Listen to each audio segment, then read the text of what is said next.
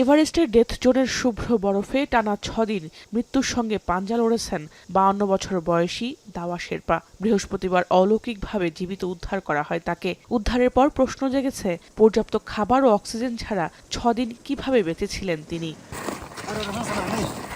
এ নিয়ে বিবিসির সঙ্গে আলাপকালে দাওয়া শেরপা জানান, শুধুমাত্র চকলেট ও বরফ খেয়ে জীবন বাঁচিয়েছেন তিনি। চূড়া থেকে নামার সময় নয়, বরং অক্সিজেন শেষ হয়ে যাওয়ায় পেছনের দিকে ফিরছিলেন শেরপা। ৮,৮৪৯ মিটার উচ্চতার এভারেস্টের চূড়ায় পৌঁছাতে ব্যর্থ হন দাওয়া শেরপা। পরে একজন পুলিশ পর্বত আরোহীর সঙ্গে ফেরার পথে ক্যাম্প ৩ ও ক্যাম্প ৪ এর মাঝখানে নিখোঁজ হয়ে যান তিনি। তাকে সর্বশেষ ২৯ মে দেখা গিয়েছিল। অবশ্য তার সঙ্গীরা বেস ক্যাম্পে ফিরে এলেও তারা কিভাবে ফিরেছেন তা স্পষ্ট নয়।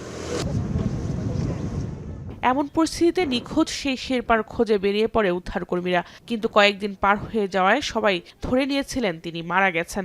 এমনকি তার শেষকৃত্য সম্পন্ন করে পরিবারের সদস্যরা।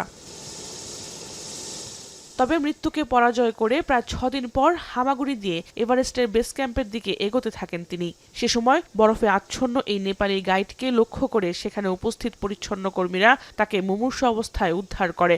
দেয়া হয় পর্যাপ্ত খাবার ও পানি। দাওয়া শেরপার ফিরে আসার ঘটনায় আবেগ আপ্লুত তার পরিবার।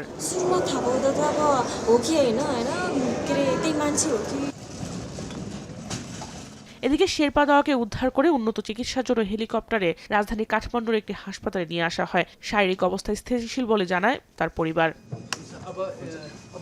জাহানারা ভুঁইয়া, এখন বিশ্ব।